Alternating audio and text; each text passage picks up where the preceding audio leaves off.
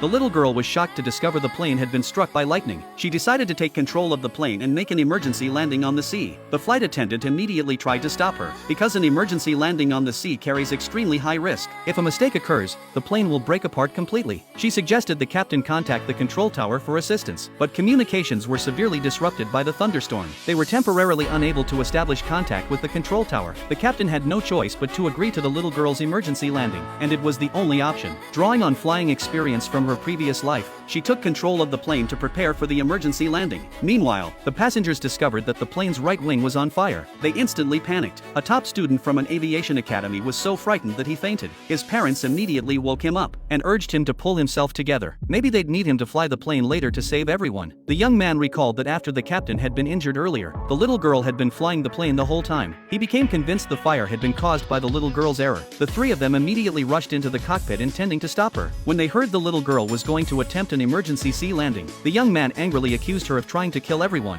Ignoring the little girl's explanations, they attempted to pull her out of the pilot's seat and have the young man take over flying the plane. Seeing this, the captain ordered the cabin crew to stop the three, but the cabin crew did nothing, because she had never believed the little girl could save the plane. If the little girl continued to control the plane, everyone would perish in the fire. The captain fainted from anger. The three mistakenly believed they had caused the captain's death by angering him. They were terrified and immediately left the cockpit. The little girl saw that the captain was suffering from excessive blood loss, combined with a stress response caused by lack of oxygen. She told the flight attendant that if they did not make an emergency landing to get out of the storm area, the captain might lose his life due to hypoxia. An emergency landing on the sea was now their only hope. Although the flight attendant doubted the little girl, she remembered the captain's order that everyone follow the little girl's instructions, so she had no choice but to take the captain to the cabin for oxygen. Then the little girl had her mother assist her. After finding a suitable area of the sea for landing, the little girl formally began the emergency landing. After a series of professional maneuvers, the plane rapidly descended to just above the surface of the sea. When the passengers saw the plane about to crash into the sea, they panicked again.